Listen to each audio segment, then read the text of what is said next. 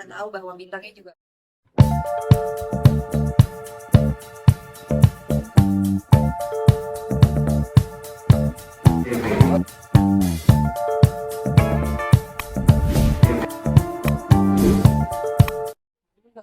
deg-degan pastinya, karena bagaimanapun juga di Have Picture pengen menghadirkan ceritanya itu yang relate pasti di masyarakat dan bisa membawa dampak dan message yang tepat untuk masyarakat. Jadi kita bisa inilah apa belajar dari kehidupan ini, karena kan sekarang ini kita bisa mendapatkan cerita yang relate itu kan gampang banget ya di media sosial, bagaimana ini itu segala macam. Jadi kita menghadirkan cerita juga harus yang bisa membawa message yang positif buat masyarakat.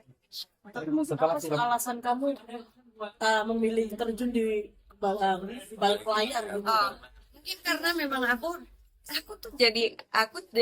di dunia entertainment itu kan dari umur 15 tahun. Jadi udah ngerti lah seluk-beluk bikin film, DOP, cerita, skenario dan segala macam. Dan memang partner aku kan memang udah lama juga di dunia perfilman dan dia juga punya pengalaman bikin film sebelumnya.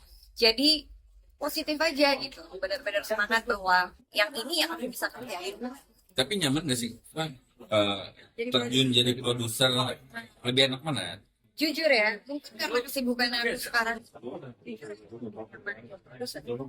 Jadi aku bagi tugas aku sebagai anggota DPR dan sebagai produser film itu lebih gampang gitu, karena aku juga single mother gitu, jadi lebih gampang. Apakah ini menjadi tanda-tanda juga kamu nggak akan balik lagi di depan layar? Apa tetap fokus di belakang layar aja? Fokus enggak. Di depan layar pasti balik. Mungkin enggak, bagaimanapun juga layar itu adalah dunia entertainment itu kan tetap dunia film. Sebenarnya dari kemarin tuh banyak banget tawaran. Tapi web series tahu sendiri dong, scene web series kayak gimana kan nggak mungkin aku ambil gitu. Kalau film sendiri aku memang berkomitmen untuk tidak main di film aku sendiri sekarang ini. Kenapa? Karena aneh aja gitu, masa produser terus dia main di semua filmnya gitu kan. Jadi aku mikir jangan begitulah gitu. Jadi aku pengen menciptakan atau membuat karya yang memang benar-benar aku nggak ada di dalamnya, tapi aku di belakang layar aja.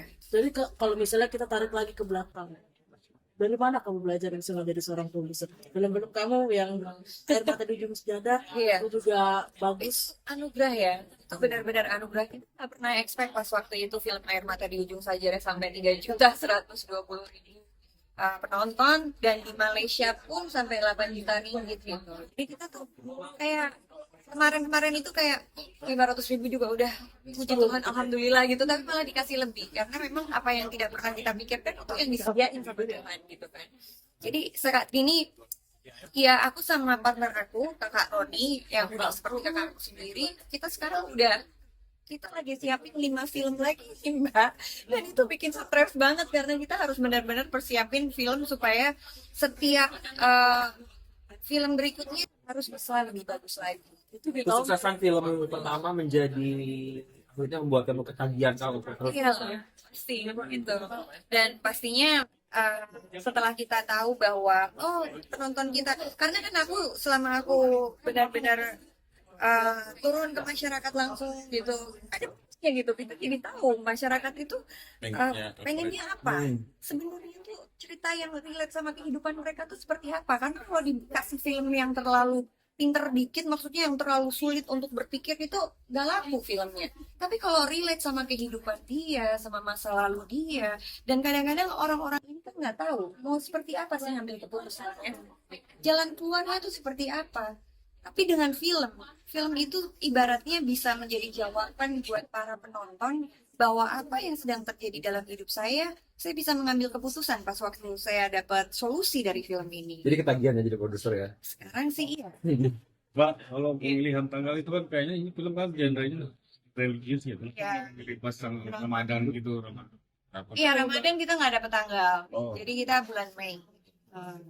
Tadi udah dibilang udah ada beberapa film lagi ke depan. Apakah film dengan genre sama seperti yang pertama yang kedua atau mungkin ada horor kah? Ada horor. Kita lagi kerjain horor juga. Terus ada Air Mata di Ujung Sajadah 2. Kita Maret ini kita syuting nanti di Solo. Jadi dua dulu ini biar nggak pusing, dan kita fokus di Tabayun. Kalau dari data jajaran cast sepertinya tidak main-main untuk memilih cast-cast dengan papan atas. Tiba-tiba ada Naysila Mirdad di sini, seperti apa sih kalau dari tim produser sendiri untuk cast? dari awal saya dan Kak Roni itu sepakat kita kalau film drama kita nggak mau pakai bintang yang biasa-biasa aja. Jadi kita benar-benar pilih banget bintangnya, benar-benar mereka tahu bahwa bintangnya juga banyak fansnya gitu, dan bagaimana bintang itu juga tidak bermasalah, maksudnya gampang diajak kerjasama, nggak terlalu ribet, nggak sombong, nggak sinkron gitu loh, ngerti nggak? Apakah itu jadi salah satu kriteria kamu dalam Iya, pemilihan? betul, itu salah satunya. Setelah jadi produser, kita tahu siapa-siapa aja yang ribet gitu. Jadi siapa-siapa yang enak diajak kerjasama gitu. Itu salah satu yang luar biasa banget ya. Tapi selain itu, ada nggak salah satu impian Dreamcast yang harus kayaknya. Karena aku saking sibuk ini nggak kepikir. Belum kepikiran gitu. Tapi kamu ikut gak sih untuk pemilihan cast ini? Pasti aku pemilihan dulu kan? iya dong. Mulai nih. Ini ada masalah nih, jangan gini. Ada, udah paling bener udah yang ini the best deh ya, benar-benar dia tuh kerjasamanya seru gitu. Baca apa? Yang kata jujur sama dan itu kasus kemudian selesai. Nggak ada bisnis, nggak ada. Jangan Nggak ada.